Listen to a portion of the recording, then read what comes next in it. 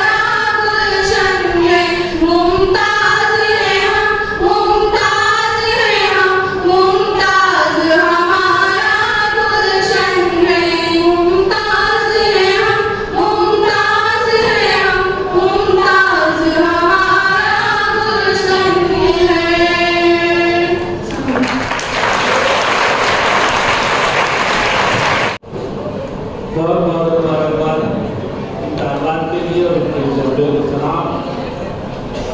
अल्लाह इनसे बड़ा काम ले, इस दुआ के साथ बहुत बहुत शुक्रिया।